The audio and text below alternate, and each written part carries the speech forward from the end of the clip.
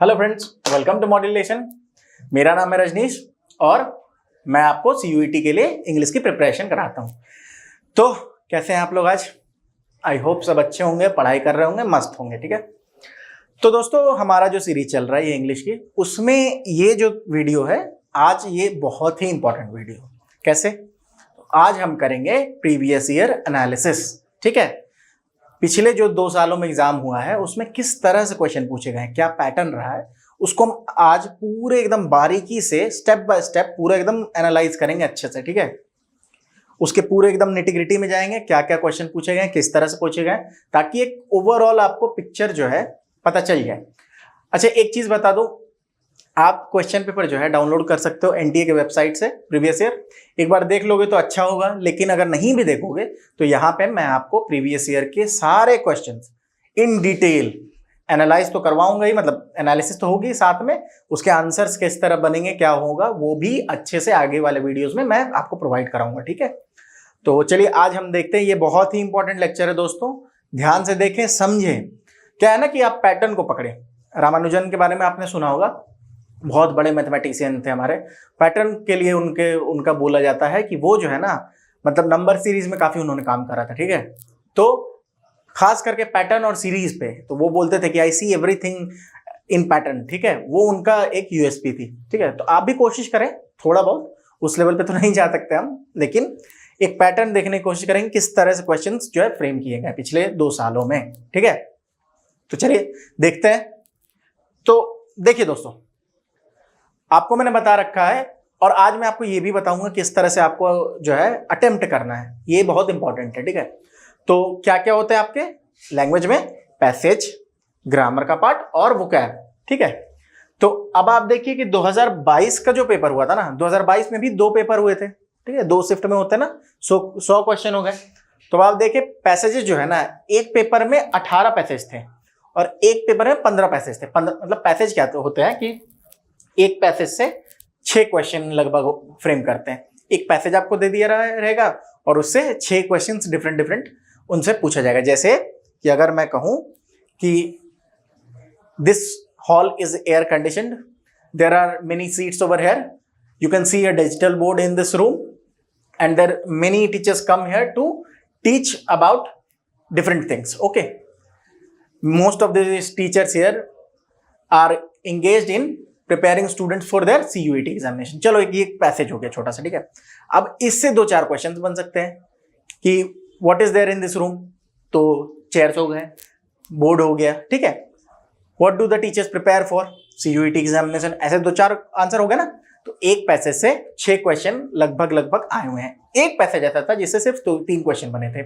2 paper में, एक paper में 15 क्वेश्चन थे पैसेज के, और जिसमें और दूसरे पेपर में जो है ना 18 क्वेश्चन थे। ठीक है, तो 18 में 6 और उधर 15 में 6 और 3। ठीक है, तो पैसेजेस 33 क्वेश्चन बने।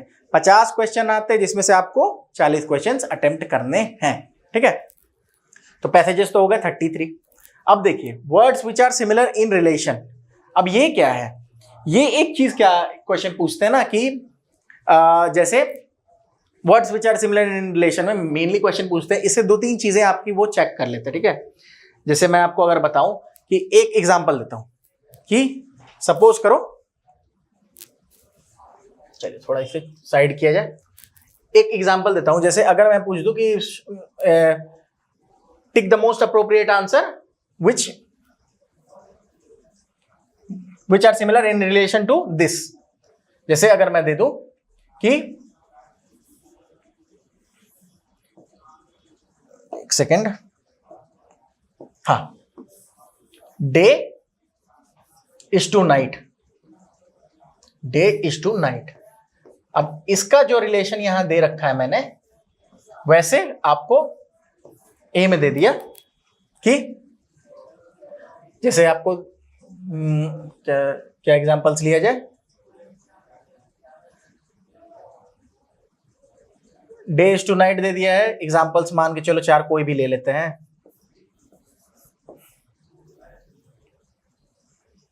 सफिशिएंट इज टू अबंडेंट,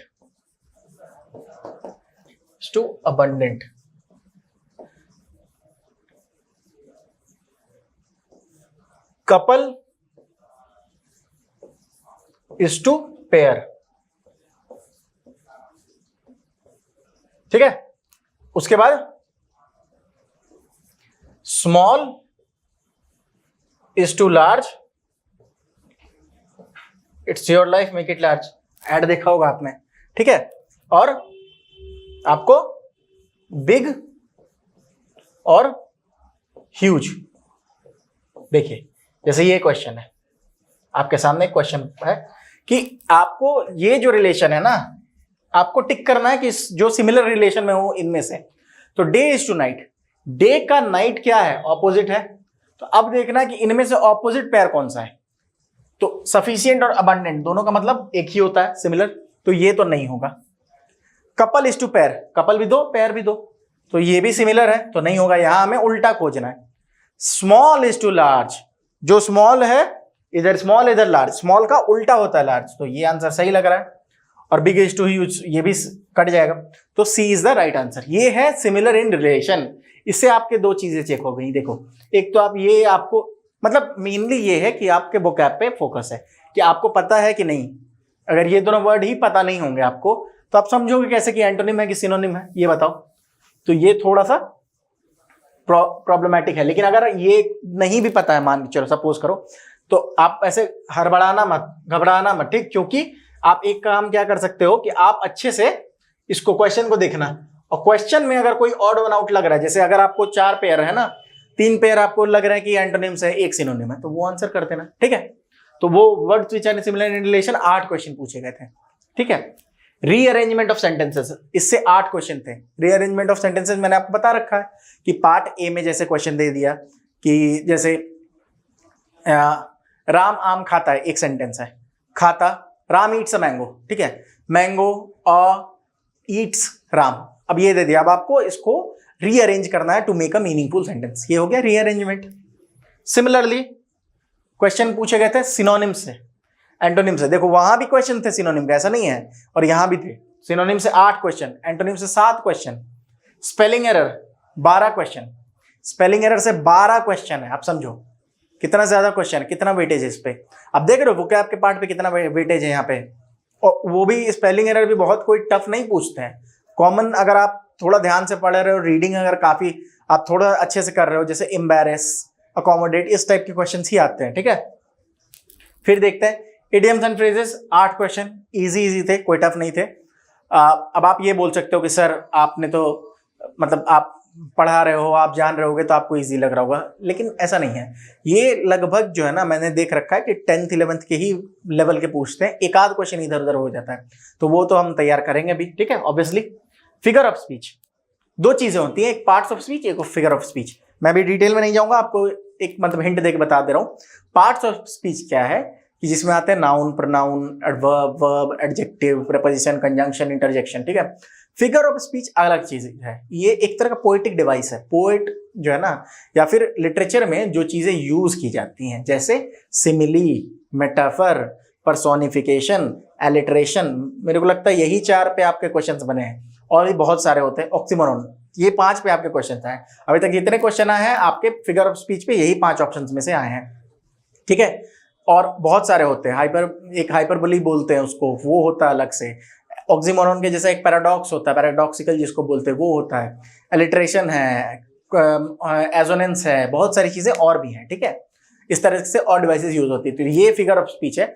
आप लोग परेशान ना हो, नाम सुन के कंफ्यूजिंग हो सकता है, बट मैं आपको अच्छे से सारी चीजें समझाऊंगा, ठीक है, इन डिटेल सारी चीजें, बस जुड़े रहें आप। तो फिगर ऑफ स्पीच से 8 क्वेश्चन, 1 वर्ड सब्स्टिट्यूशन 8 क्वेश्चन, ठीक है। 1 वर्ड सब्स्टिट्यूशन 8 क्वेश्चन। जैसे एक टीचर ने खड़े होकर क्लास में पूछा कि बच्चों बताओ 1 word substitution, one who Yeats a lot, एक खड़ा होकर बोल दिया राजू, ठीक है। तो वो नहीं, उसी तरह one who Yeats a lot, इस तरह से जैसे ग्लटन होता है, और भी बहुत सारी चीजें होती हैं, तो ये 1 वर्ड सब्स्टिट्यूशन है। तो इसके लिए मतलब बहुत अनेक शब्दों के बदले एक शब्द। देखो मैं इजी इसलिए हिंदी में बताता हूं ना आपको कि थोड़ा आपको कंफर्टेबल आप हो जाओ, आपको समझ में आए सारी चीजें। तो ये है 1 वर्ड सब्स्टिट्यूशन, इससे भी 8 क्वेश्चन है। अब आप गौर करो कि वोकैब के पार्ट पे कितना क्वेश्चन बन रहा है, बहुत सारे क्वेश्चन है। तो ये देखते हैं 2000 अच्छे से एक बार एनालिसिस करते हैं। पैसेजेस 33 क्वेश्चंस, ठीक है। अगर आप तोड़ भी दो तो लगभग 16 क्वेश्चन बन रहे हैं एक पेपर में। Words which are similar in relation, ये वर्ड्स हैं। रीअरेंजमेंट एक पार्ट हो गया, उसको छोड़ के ये सारे के सारे वर्ड्स हैं। तो फोकस जो है इनका कितना ज्यादा है वोकैब पे, ये देखो। लेकिन ये 2022 का पेपर है, ठीक। अब हम 2023 का पेपर एक बार एनालाइज करते हैं। मैं इसलिए करा रहा हूं कि आपको एक चीज समझ में आए कि ये थोड़ा अनप्रेडिक्टेबल हो सकता है, ठीक है। उसलिए भी उस चीज को भी आपको ध्यान में रख के उसके लिए भी प्रिपेयर करना है, ठीक है। अनप्रिडिक्टेबिलिटी जो होती है ना, ये एक ऐसा फैक्टर है, अब आप इसके लिए कुछ कर नहीं सकते हो, ठीक है। आप बेस्ट प्रिपेयर कर सकते हो और कुछ नहीं है, ठीक है। तो मैंने आपको पहले ही बोल रखा है कि हम इस तरह से प्रिपेयर करेंगे कि हम कुछ भी छोड़ेंगे नहीं, जो भी चीजें हम करा रहे हैं उसको छोड़ेंगे नहीं, वो कंप्लीट करेंगे। और अगर उससे बाहर कुछ आता है, जो कि there are high chances that there won't be any question outside what I teach you, but if I am not telling you that whatever I am teaching you, the same questions will come in your examination. But what I am trying to tell you is that you will get questions which are similar in nature to what you have been taught. Okay? तो वही चीज है कि आपको similar questions मिल जाएंगे, ठीक है। और अगर मतलब 1% लेके चलते हैं कि चांसेस अगर कोई क्वेश्चन ऐसा आ जाता है जो कि नहीं है, वो मैंने भी अगर पढ़ाए नहीं होंगे, जो कि बहुत बहुत ही रेयर चांस है, तो वो लगभग सबके लिए जो है ना वो कंपटीशन नल हो जाएगा। 200 मार्क्स के होते हैं बच्चों, और मैंने ध्यान से जब पेपर को एनालाइज किया तो 190 लाना कोई बहुत बड़ा टास्क नहीं है। अगर आप थोड़ा डेडिकेशन के साथ थोड़ा अच्छे से पढ़ोगे 200 भी आ सकते हैं। मैं सच में हवा में बातें नहीं कर रहा हूँ, ठीक है। मैं हवा में बातें नहीं करता हूँ, ठीक है। मैंने अच्छे से पेपर एनालाइज किया, आप भी करो, आप 200 भी ला सकते हो। लेकिन अगर नहीं 200 तो 180 190 कहीं नहीं गए, ठीक है, अगर आप थोड़ा सा डेडिकेटेड रहो तो, ठीक है। चलिए, अब जैसे मैंने आपको पोएटिक डिवाइसेस वगैरह बताई, वो सारी चीजें मैं बताऊंगा। मेटाफर सिमिली आपको पता ही होगा, बहुत ज्यादा यूज होते हैं।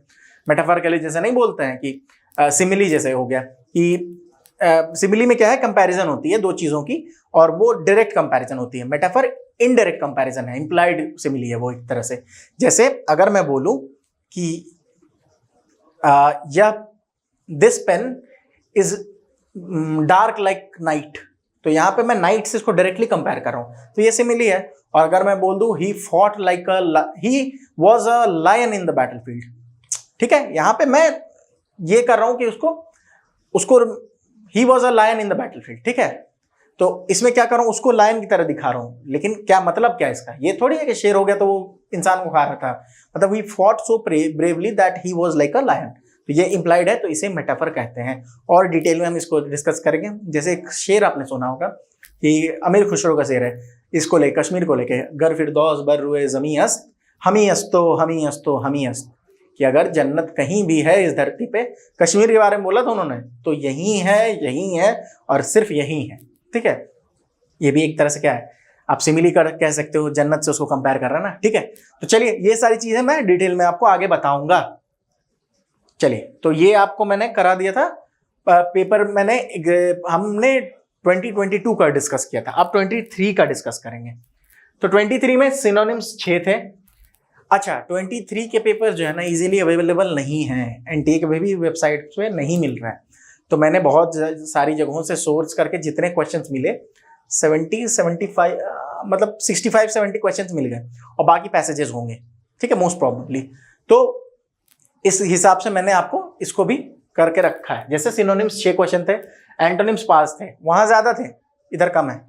Words and their most appropriate meaning, इसमें एक अलग चीज आ गया है, words and their most appropriate meaning, कि एक तरह से ये भी सिनोनिम है, लेकिन वो फिल इन द ब्लैंक्स करके पूछ देते हैं, ठीक है। या फिर एक वर्ड दे देंगे, उसका पूछ देंगे कि इसका मोस्ट अप्रोप्रिएट मीनिंग क्या है। जैसे क्या होता है ना कि अगर 4 ऑप्शन दे रखे हैं तो जनरली इसमें थोड़ा तो ऐसा देते हैं कि आप इजीली आंसर कर पाओ, लेकिन थोड़ा टफ वो हो सकता है। अगर मैं आपको ऐसा वर्ड दे दूं जो कि आपको लगे कि चारों वर्ड सिमिलर है, लेकिन थोड़ी थोड़ी डिग्री जो होता है ना, डिग्री ऑफ जो कंपैरिजन बोल सकते हैं, डिग्री ऑफ मीनिंग है, वो चेंज हो जाता है उसमें, ठीक है। तो वो है, ये 6 क्वेश्चन है। इडियम्स एंड फ्रेजेस, फिर देखो 8 क्वेश्चन आ रहा है। Idiom and phrases, idioms and phrases थोड़ा इंपॉर्टेंस बढ़ गया, सिनोनिम्स एंटोनिम्स का इंपॉर्टेंस बढ़ गया, मतलब ओवरऑल वोकैब का जो पार्ट है ना वो काफी इंपॉर्टेंट है। और वोकैब में क्या आ रहा है आपके, synonyms, antonyms, one word substitution, idioms and phrases, ठीक है। Fill in the blanks, 7 fill in the blanks थे, साथ फिल इन द ब्लैंक्स मैंने फर्स्ट वीडियो में भी आपको बोला था कि ग्रामर का जो पार्ट होगा ना उसमें मेनली आपसे वर्ब और प्रेपोजिशन पे क्वेश्चन बनेंगे, और इसमें भी यही हुआ है, वर्ब और प्रेपोजिशन से ही क्वेश्चन बनते हैं जनरली। ठीक है, he ran dash the park, he ran across the park, या ठीक है, तो इस तरह से क्वेश्चंस बनते हैं। चलिए वॉइस चेंज, ये देखिए ग्रामर का पार्ट उसमें 2022 में नहीं था, 2022 में वॉइस चेंज नरेशन नहीं था, 2023 में पूछा गया है। वॉइस चेंज आपको पता होगा, नहीं भी पता है तो हम आगे डिस्कस करेंगे ही। ठीक है, तो voice change 5 question. Direct to indirect speech मतलब नरेशन, ठीक है, मैंने आपको एग्जांपल दे रखा है प्रीवियस वीडियोस में, जिन्होंने नहीं देखा है प्लीज प्रीवियस वीडियोस को भी देखें ताकि आपको बेटर क्लैरिटी मिले कि किस तरह से ये एग्जाम कंडक्ट होता है, क्या होता है। ठीक है, चलिए direct to indirect speech 3 question थे। देखिए उस समय 2022 में ये क्वेश्चन पूछे ही नहीं है और इसमें क्वेश्चंस ये इंट्रोड्यूस हुए हैं, तो कोई ऐसी अगर कुछ नया इंट्रोड्यूस हो जाए तो ऐसा कोई सरप्राइज होने की बात नहीं, क्योंकि सिलेबस में क्या लिखा है, आर नॉट लिमिटेड टू। ठीक है, चलिए रीअरेंजमेंट ऑफ सेंटेंसेस 2 क्वेश्चन, इसे 2 ही थे, पिछले वाले में कितने थे देखते हैं, पिछले वाले में थे 8 क्वेश्चन, इसमें 2 ही हैं। ठीक है, अब देखिए figure of speech, figure of speech मैंने आपको बता रखा है पहले ही, इससे 3 क्वेश्चन बने। पार्ट्स ऑफ स्पीच से 1 क्वेश्चन, पार्ट्स ऑफ स्पीच से क्या क्वेश्चन आया था कि आइडेंटिफाई करने को बोला था कि ये जो वर्ड है इस सेंटेंस में ये कौन सा पार्ट्स ऑफ स्पीच है। जैसे अगर मैं बोल दूं राम ईट्स अ मैंगो, अब ईट्स जो है वो कौन सा पार्ट्स ऑफ स्पीच है, आपसे दे दिया जाएगा ए एडजेक्टिव, बी वर्ब, सी नाउन, डी इंटरजेक्शन, तो ईट्स जो है वर्ब है। ये तो इजी एग्जांपल दे रहा हूं ना मैं आपको, तो थोड़े से वहां पे टफ क्वेश्चंस आएंगे और आप मोस्ट प्रोबेबली कंफ्यूज करोगे एडवर्ब और एडजेक्टिव में, लोग कंफ्यूज होते हैं। ठीक है, तो वो हम क्लियर करेंगे कंफ्यूजन, वही काम है हमारा, आपके लिए जितने भी कंफ्यूजन है उसको सॉर्ट आउट करना वही हमारा काम है। ट्रांसफॉर्मेशन ऑफ सेंटेंसेस, अच्छा चलो ये भी नहीं आया था और मैंने आपको पहले ही बता रखा था प्रीवियस वीडियो में ट्रांसफॉर्मेशन ऑफ सेंटेंसेस के बारे में।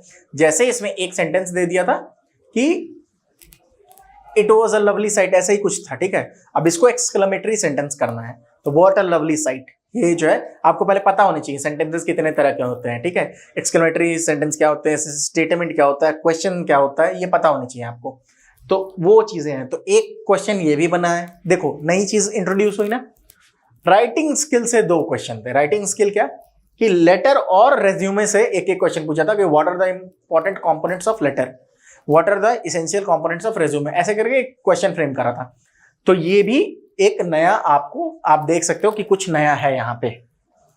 ठीक है, तो ये तो आपके क्वेश्चन पेपर हो गए 2023 के। अब देखिए हम अगर इसको कंपेयर करें एक बार 2022 से, 2022 में पैसेजेस 33 थे और इसमें लगभग 30 थे, मतलब ऐसा बिल्कुल श्योर नहीं हूं लेकिन 30 से 35 के बीच में ही कुछ थे। ठीक है, इससे ज्यादा आप एक चीज लेकिन नोटिस करो, मैं आपको बता रहा हूं, चलिए हम लास्ट में इसके बारे में डिस्कस करेंगे कि क्या करना है, कैसे करना है। Words which are similar in relation, ये 8 थे, इधर 6 हैं। ठीक है, इसमें मोस्ट अप्रोप्रिएट मीनिंग करके पूछ दिया था। ठीक है, रीअरेंजमेंट ऑफ सेंटेंसेस, इधर 8 थे, इधर 2 है। ठीक है, वोकैब पे वेटेज घटा नहीं है, फिर भी सिनोनिम्स में 8, इसमें 6, मतलब घटा है लेकिन कंसिडरेबली बहुत ज्यादा नहीं घटा है। ठीक है, आप उस प्रोपोर्शन में जो है तैयारी आपको करनी होगी। एंटोनिम 7 थे, 5 हो गए। स्पेलिंग एरर उसमें 12 था, इसमें कुछ भी नहीं है। इसका मतलब ये नहीं है कि आप प्रिपेयर नहीं करोगे, आपको प्रिपेयर करना ही होगा। इडियम्स एंड फ्रेजेस 8 थे, 8 रहे। फिगर ऑफ स्पीच 8 थे, 3 हो गए। वन वर्ड सब्स्टिट्यूशन इसमें 8 थे, इसमें क्वेश्चन पूछा ही नहीं है। Fill in the blanks CUET 2022 में थे ही नहीं। वॉइस चेंज उसमें कोई क्वेश्चन नहीं था। डायरेक्ट एंड इनडायरेक्ट 2022 में कोई क्वेश्चन नहीं था। इसमें 7, 5 और 3 क्वेश्चन पूछे जा चुके हैं, तो ये सारी चीजें नहीं है 2023 के हिसाब से। फिर पार्ट्स ऑफ स्पीच से इसमें कोई क्वेश्चन नहीं, इसमें 1 क्वेश्चन। ट्रांसफॉर्मेशन ऑफ सेंटेंसेस इसमें कोई क्वेश्चन नहीं। अबाउट राइटिंग स्किल कोई क्वेश्चन नहीं, इधर 1 क्वेश्चन ट्रांसफॉर्मेशन से, 1 क्वेश्चन आपको राइटिंग स्किल से। तो अब देखें, अब आप एक चीज नोटिस कर रहे होगे, एक पैटर्न क्लियरली विजिबल है कि एक चीज देखो आप कि हमने क्या देखा ना कि एक चीज जो है मेन पैसेज, इस पे फोकस करो, इस चीज को फोकस करो। पैसेजेस, ये एक पेपर में 50 क्वेश्चन होते हैं ना, लगभग 15 क्वेश्चन आ रहे हैं इससे, लगभग 15। ऑलमोस्ट अगर मैं बोलूं तो 1/3 के बराबर ये है, अकेला है, 1/3 से थोड़ा कम है। ठीक है, लेकिन आप अगर 15 क्वेश्चन करो 1/3 से ज्यादा ही हो जाएगा, क्योंकि आपको तो 40 ही आंसर करने हैं।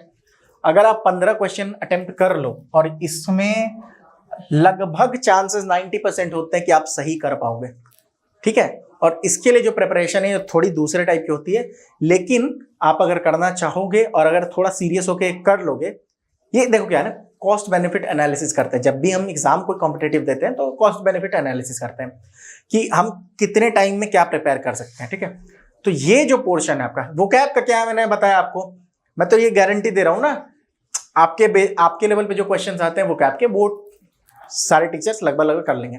लेकिन वोकैब में कोई गारंटी कोई इंसान नहीं दे सकता कि वो 100% सब सही करके आएगा, ठीक है।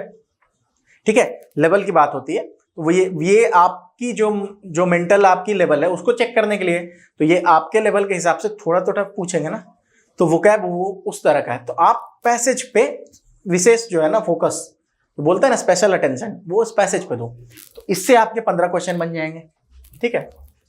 अरे अगर मान चलो 15 क्वेश्चन नहीं आए, 2-3 क्वेश्चन इधर उधर होंगे ना, 12 क्वेश्चन तो होंगे, वो कर लोगे आप। दूसरा वोकैब से ठीक ठाक क्वेश्चन बन जा रहा है, मतलब अगर कुछ नहीं भी तो 15 क्वेश्चन तो वोकैब के लगभग बन जा रहा है, ठीक है। 15 से ज्यादा ही बन रहा है एक्चुअली, मतलब 20-22 क्वेश्चन बन जा रहे हैं, ठीक है। लगभग 20 और 22 क्वेश्चन तो यहीं से बन जा रहा है आपको, ठीक है। और तीसरा पार्ट ग्रामर का, कुछ क्वेश्चन इससे आ रहा है, मतलब 5 क्वेश्चन के लगभग। फिर जो कुछ क्वेश्चन है वो भी ग्रामर का ही पार्ट है, लेकिन वो किस तरह से आते हैं, वो थोड़ा सा चेंज करके, जैसे मतलब पार्ट्स ऑफ स्पीच पूछ देते हैं, parts of speech, figure of speech पूछ देते हैं, ठीक है। इनसे कुछ क्वेश्चन है। फिगर ऑफ स्पीच को मैं FOS लिख रहा हूं, इससे रिमेनिंग क्वेश्चन बन रहा है। तो आपको फोकस जो है ना करना होगा किस हिसाब से, पैसेजेस को आप अटमोस्ट इंपॉर्टेंस दोगे। वोकैब के लिए आपको प्रोवाइड कराई जाएंगी सीट्स वगैरह, आप धीरे धीरे खुद भी करना चाहो तो करो, 5 वर्ड 10 वर्ड कुछ नया याद करो, idioms and phrases, synonyms, antonyms, लेकिन हम प्रोवाइड कराएंगे, आप उससे याद कर सकते हो और निश्चिंत होकर आप एग्जाम में जा सकते हो, ठीक है। ग्रामर का पोर्शन ऐसा है, देखो मैं आपको एक चीज बताऊं, ग्रामर एक ऐसा पोर्शन होता है ना कि जिसमें आप अगर थोड़ा सा अच्छे से अगर प्रिपेयर कर लोगे ना, तो ग्रामर भी आपके कहीं नहीं गए हैं, सारे के सारे आपको जितना भी ये था ना, आपको सब आराम से अवेलेबल हो जाएगा। मतलब आप जितने भी आंसर्स करना चाह रहे हो वो इजीली आप कर पाओगे। ग्रामर के सारे क्वेश्चंस इजी आते हैं, आप उसको कंफर्टेबली उसको डील कर पाओगे अगर आप ग्रामर ठीक से थोड़ा सा पढ़ रहे हो तो, ठीक है। तो ये आपका मेनली स्ट्रैटेजिक पॉइंट है कि पैसेजेस पे खास करके ध्यान देना, वोकैब याद करते रहना, और ग्रामर धीरे धीरे करके हम सीखेंगे। लेकिन फिर भी वही बोल रहा हूं ना मैं, आप सोच रहे हो कि आपने सर सिलेबस बता दिया, नहीं, फोकस पैसेज पे थोड़ा खास करके करना होगा, तभी जाके आप अच्छा स्कोर कर पाओगे। 15 क्वेश्चन अगर कर लो तो बचे 25 क्वेश्चन। अगर वोकैब कुछ नहीं भी आ रहा है तो आप उसको इग्नोर कर सकते हो, ठीक है। तो ये हमारा आज का क्लास था PYQ डिस्कशन के बारे में। अब हमारी जो क्लासेस होंगी मेनली वो आपको PYQ जो क्वेश्चंस होंगे उनको हम डील करेंगे धीरे धीरे करके, मस्ती से करेंगे, मजा से करेंगे, आराम से होगा, ठीक है। ऐसा टेंशन नहीं लेना, ठीक है। अपने ऊपर कॉन्फिडेंस रखना, ओवर कॉन्फिडेंट नहीं होना, कॉन्फिडेंट होना है, ठीक है। और धीरे धीरे करना है। बताया था ना, धीरे धीरे रे मना धीरे सब कुछ हो, ठीक है। आराम से चलिए, मस्ती से करेंगे, ठीक है दोस्तों। चलिए मिलते हैं हम नेक्स्ट लेक्चर में। और प्लीज आपके लिए मैंने बता रखा है कि गूगल फॉर्म मैंने लिंक डिस्क्रिप्शन में डाल रखा, आपको कोई भी क्वेरी हो, कोई भी प्रॉब्लम हो, आप उसको फिल करें, ठीक है। ये आपके लिए बहुत ज्यादा हेल्पफुल है, साथ में हमारे लिए भी हेल्पफुल है। और फीडबैक के फॉर्म में आप कमेंट कर सकते हो, ठीक है। और थोड़ा शेयर कर दो, थोड़ा सब्सक्राइब कर दो, ठीक है। थैंक यू दोस्तों, हम इतनी मेहनत कर रहे हैं आपके लिए, आप भी थोड़ा तो करो, उंगली तो चलानी है, थोड़ा शेयर कर दिया, थोड़ा सब्सक्राइब कर दिया, ठीक है। थैंक यू दोस्तों, चलिए मिलते हैं नेक्स्ट वीडियो में।